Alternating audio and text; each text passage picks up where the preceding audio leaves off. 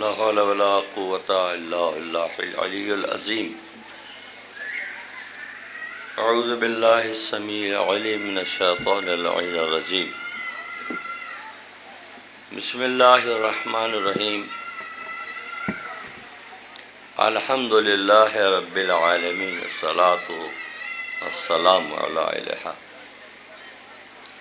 بسم الله الرحمن الرحيم.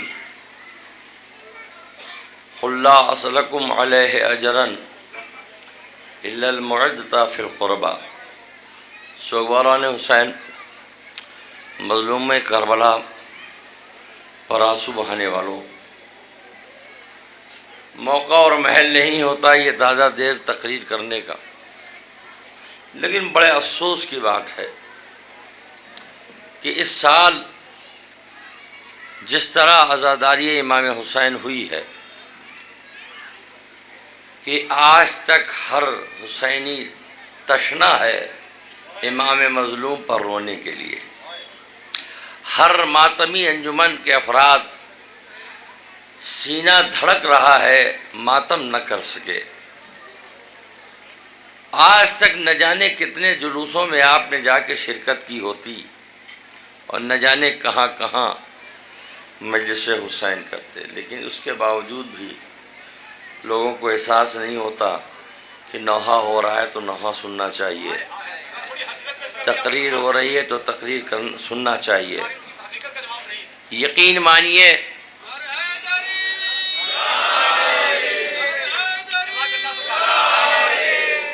میں یہ بات اس لیے نہیں کہیں کرتا ہوں کہ بلایا جاؤں نہ بلایا جاؤں. ہم یہ بات اس لیے کہہ رہے ہیں کہ روز محشر بی بی کہیں ہم سے نہ پوچھ لیں کہ تم کو موقع ملا تھا تو تم نے یہ پیغام کیوں نہیں دیا. یہ جتنے کھیت میں لوگ کھڑے ہیں اور نوجوان سائیکلوں میں بیٹھے ہیں، ان کو سوچنا چاہیے یہ لاک ڈاؤن نہیں لگا ہے، یہ ہم کو سدھرنے کا موقع دیا گیا. یا آپ نے دیکھا ہوگا کہ مجلسوں میں لوگ جاتے تھے بائک پہ بیٹھ کر گیم کھیلتے تھے. میں نے خود دیکھا ہے فرش ازا پہ لوگ بیٹھتے تھے پیچھے حصے میں، تو لوگ وہاں میچ دیکھتے تھے. گھر سے کہہ کے آتے تھے جلوس کرنے جا رہے ہیں، گھر سے کہہ کے نکلتے تھے مجلس کرنے جا رہے ہیں، اور یہاں آ کے مذاق سیدہ سے کرتے تھے. بہت غنیمت ہے. یہ حسن آباد والوں، میں تمہیں مبارکباد دے رہا ہوں کہ تمہارے ذیل و دماغ میں یہ فکر تو ہوئی کہ چلتے چلتے ایام ازاں میں بی بی سیدہ کو پرسہ تو دے دیا جائے.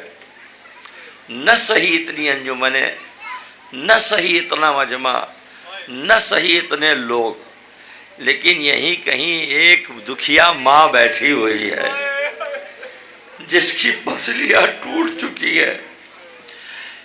مسلسل آپ ذاکرین سے سنتے ہیں، اور آپ جانتے ہیں یہاں اس علاقوں میں جب بھی میں تقریر کرتا ہوں دہیاور وغیرہ، یہاں بھی آتا ہوں آپ کی خدمت میں حاضر. میں یہ نہیں کہتا میں کچھ پڑھ سکتا ہوں، کوئی ذاکر پڑھتا نہیں ہے، بی بی پڑھوا لیتی ہے. کوئی انجمن کا سربراہ پڑھتا نہیں ہے، شہزادی اسے توفیق دے دیتی ہے. کوئی حسینی ماتم اگر کر رہا ہے تو وہ یہ نہ سمجھے کہ یہ اسٹیج پر نوحہ پڑھ رہے ہیں، ہم تو نیچے ماتم کر رہے ہیں. آپ کو نہیں پتا نہ جانے کس ماتمی دستے میں امام زمانہ کھڑے ہوں گے.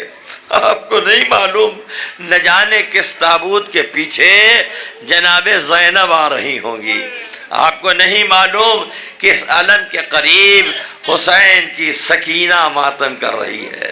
اے بابا یہ آپ کے چاہنے والے آئے ہیں، اے چچا یہ آپ پر رونے والے آئے ہیں. آج کی تاریخ نانا اور نواسے پہ ماتم کرنے کی ہے.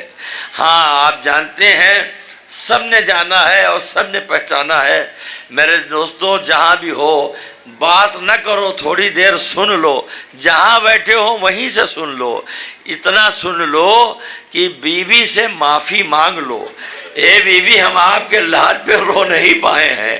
اے شہزادی آج تک ہم مجلس کرتے تھے تو آپ کو پرسہ آپ کے لال کا دیتے تھے، اے بی بی آج ہم پرسہ آئے ہیں آپ کی یتیمی کا دینے کے لیے۔ اللہ اللہ، خدا آپ کو کسی غم میں نہ رلائے۔ ابھی مصائب کے فقرے ہوں گے اور درمیان میں آپ کے سامنے وہ شبیہ تابوت آئے گی۔ یہ تابوت کیوں نکالا جاتا ہے؟ کبھی آپ نے سوچا یہ ذوالجلال کیوں نکالا جاتا ہے؟ یہ علم کیوں نکالا جاتا ہے؟ یہ تو گہوارہ کیوں نکالا جاتا ہے؟ یہ گہوارہ اس لیے نکالا جاتا ہے کہ جب حسین علی اصغر کو لے کے چلے گئے تھے تو جلدی سے جب شہزادے کے لیے لے کے آئے اور امام حسین نے آواز دی رباب آؤ اپنے بچے کو لے جاؤ، تو رباب اکیلے نہیں آئی تھی، گہوارہ لے کے آئی تھی۔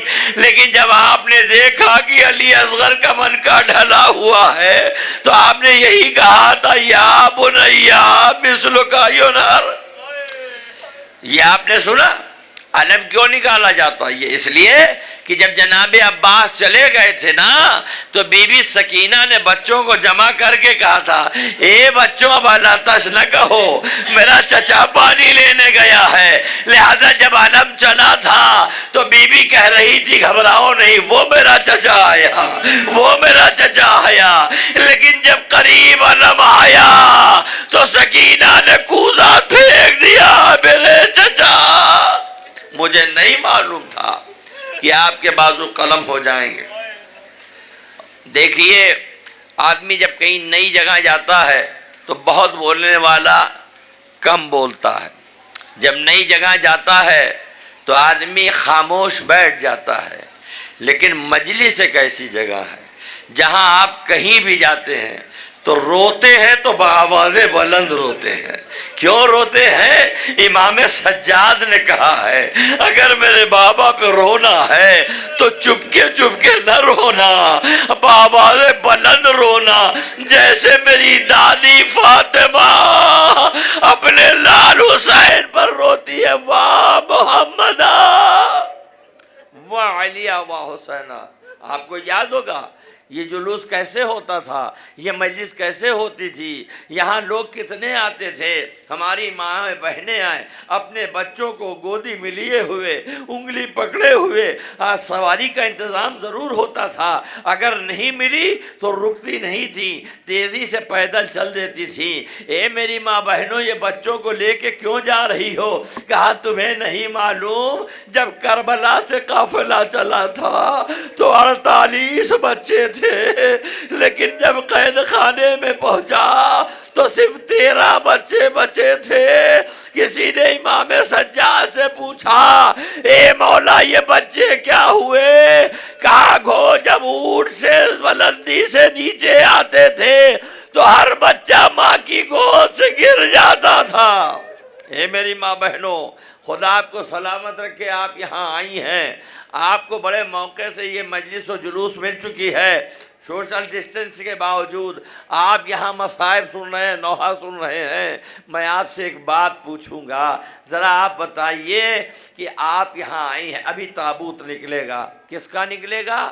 بی بی زہرا کے بابا کا نکلے گا۔ کس کا تابوت نکلے گا؟ جس قاسم کو آپ محرم میں روئی ہیں اس کے بابا کا جنازہ نکلے گا، اس کی شبیہ نکلے گی۔ لہذا فقرے سنیے اور مجلس تمام مائیں اچھی طرح جانتی ہے کہ جب سواری پہ بیٹھتی ہیں تو اپنے بچے کو بہت اطمینان کی جگہ بیٹھاتی ہیں، خود تکلیف میں رہتی ہیں لیکن بچہ تکلیف میں نہیں رہتا۔ کیوں؟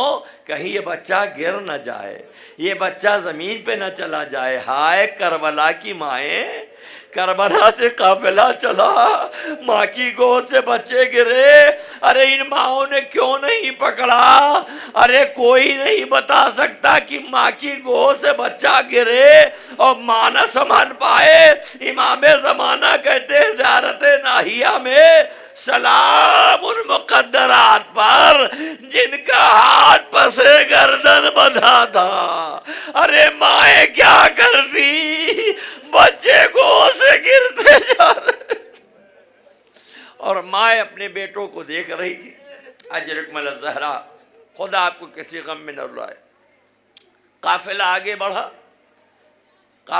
بڑھا تو ایک منزل ایسی آئی جہاں شام میں قافلہ پہنچا تو ایک شخص آیا، اس نے دیکھا کہ سب کے نیزے پہ سر ہیں، بیویوں کا قافلہ ہے، اسی جھرمٹ میں ایک ننھی سی بچی ہے۔ آپ سمجھ گئے نا، وہ ننھی سی بچی کو دیکھا، بہت خوش ہو گیا، کہا بتاؤ اس قافلے کا قافلہ سالار کون ہے؟ کسی نے کہا وہ شمر ہے۔ جب شمر کا نام لیا اس کے پاس گیا، کہا یہ بتاؤ یہ جو بچی ناقے پہ ہے اس کا وارث کون ہے؟ اس نے امام سجاد کی طرف اشارہ کیا جس کے ہاتھ میں ہتھکڑی پھیڑی تھی۔ خیر وہ تیزی سے دوڑتا ہوا اپنے گھر آیا، اور آنے کے بعد بس مجلس تمام ہو رہی ہے، سن لیجئے، رو لیجئے، تاریخ میں کم سے کم یہ تو رہے کہ لاک ڈاؤن میں بھی ہم نے سیدہ کو پرسہ دیا۔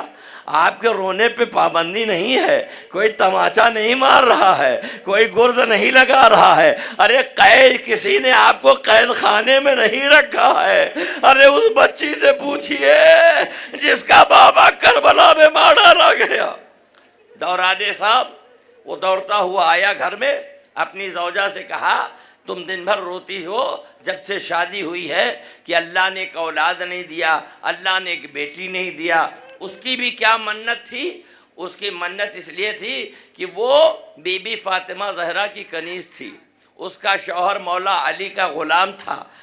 مولا علی نے دونوں کا عقد کر دیا، عقد کرنے کے بعد کہا تم لوگ جاؤ اپنے وطن، کہا مولا زندگی بھر اسی چوکھٹ پہ رہیں گے، کہا نہیں جاؤ، کہا مولا وعدہ کیجئے کہ آپ کے گھر والے میرے گھر ضرور آئیں گے۔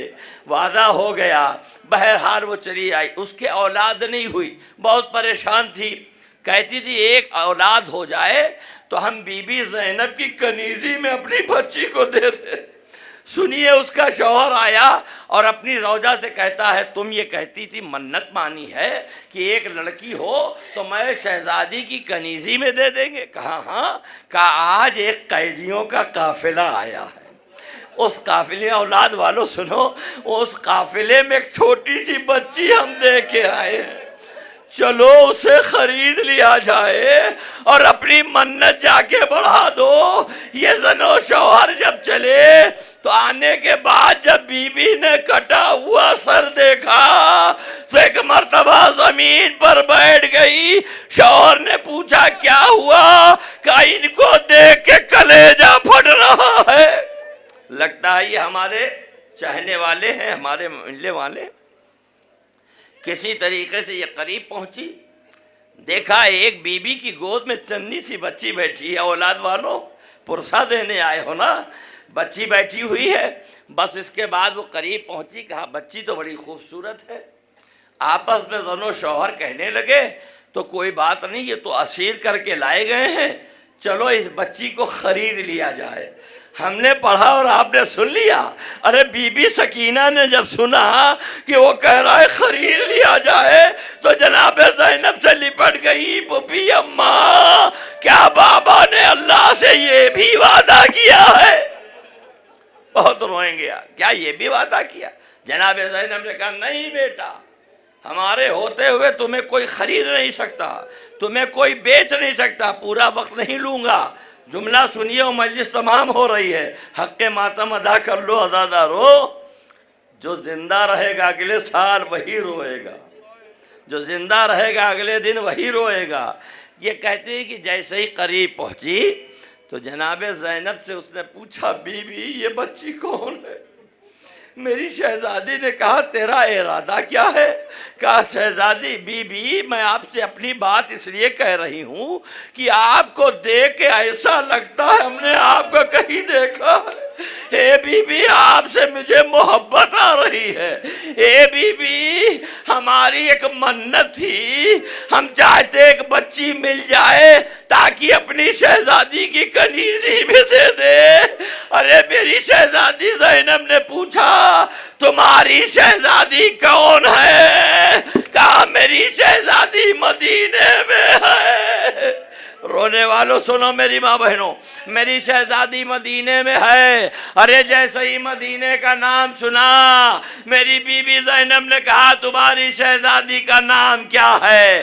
سنو گے رونے والوں، ایک مرتبہ اس نے داہنے دیکھا بائیں دیکھا، کہا یہاں نامحرموں کا مجمع ہے، میں اپنی شہزادی کا نام نہیں لے سکتی۔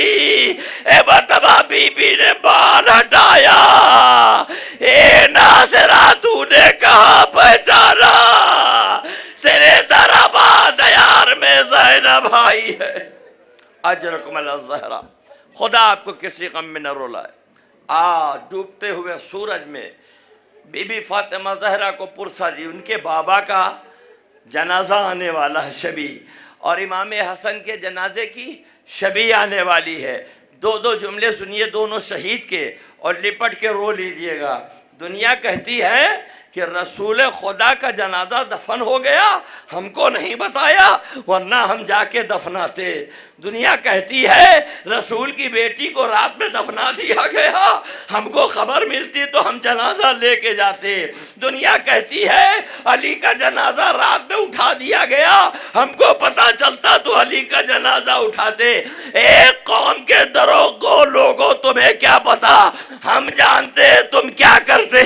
رسول کا جنازہ اٹھا 7 سے 13 لوگ ہیں، فاطمہ کا جنازہ اٹھا 6 لوگ ہیں، مولا علی کا جنازہ اٹھا 8 لوگ تھے۔ تم کہتے ہو ہم رہتے تو احترام کرتے۔ ارے رسول کے نواسے حسن کا جنازہ مدینے میں اٹھا، لیکن تیروں کی بارش ہو گئی۔ ارے یہ پہلا جنازہ تھا جو دوبارہ گھر میں لایا گیا۔ جناب عباس زندہ تھے، جناب عباس زندہ تھے جب امام حسن کے جنازے پہ تیر لگا۔ سنتے ہیں آپ، ایک جملہ سنیے تب بتاؤں۔ رسول خدا کا بھی آخری وقت تھا، بی بی فاطمہ کے زانو پہ سر تھا، رسول اللہ آنکھ بند کیے ہوئے تھے۔ ایک مرتبہ شہزادی رونے لگی، آنکھ سے آنسو گرا، رخسار رسول پہ گرا تو رسول کی آنکھ کھلی۔ جملہ سنیے آپ بہت روئیں گے۔ رسول اللہ کے رخسارے پہ جیسے ہی فاطمہ کا آنسو گرا، کہتے بیٹا کون ہے جو میری زندگی میں تجھے رلا رہا ہے؟ گویا رسول کہہ رہے ہیں کہ میرے بعد تو تجھے بہت رلایا جائے گا۔ رسول کا جنازہ اٹھا آپ جانتے ہیں، امام حسن کا جنازہ اٹھا آپ جانتے ہیں، لیکن آپ نے غور نہیں کیا امام حسن کے جنازے پر تیروں کی بارش ہوئی، 70 تیر تابوت پہ لگے، اور جب چادر ہٹائی گئی تو 7 تیر جسم میں لگے تھے۔ آپ نے بڑی آسانی سنا اب تابوت آ رہا ہے، ہمارے نوجوان بچے ماتم کرتے ہوئے لا رہے ہیں۔ سنیے امام حسن کا جنازہ گھر لایا گیا جس میں 7 تیر لگے تھے، لیکن حسین پہ بھی تیر لگا تھا، حسین پہ بھی خنجر مارا گیا، حسین پہ بھی تلوار لگی، لیکن تب لگی جب عباس زندہ نہیں تھے۔ لیکن جب حسن کے تیر لگا تو عباس زندہ تھے، اور ابو الفضل العباس رو رہے تھے۔ بی بی زینب کہہ رہی تھی اے بھیا عباس تم نے پرسا نہیں دیا۔ جناب عباس نے کہا شہزادی میں بہت شرمندہ ہوں، اگر بابا نے پوچھ لیا عباس تم زندہ تھے اور حسن کے جنازے پہ تیروں کی بارش ہوئی۔ یا حسن مجتبی،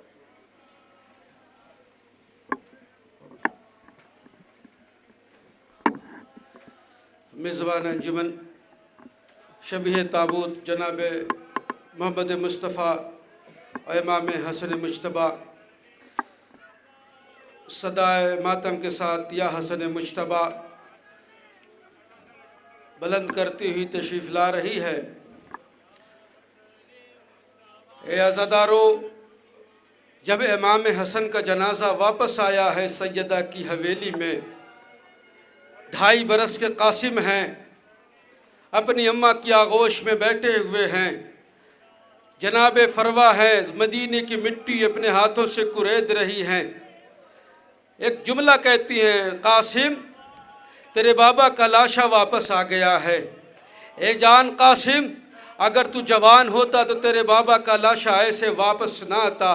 اے عزادارو، جناب قاسم نے اپنی اماں سے کہا ہوگا، اماں میرے بابا کا لاشا آیا ہے، میرے بابا کے لاشے پہ تیر چلائے گئے ہیں، کچھ تیر لاشے میں پیوست ہوا ہے، کفن تبدیل کیا گیا ہے۔ اے اماں مگر اتنا یاد رکھیں، ایک وقت ایسا آئے گا میں میدان گن پہ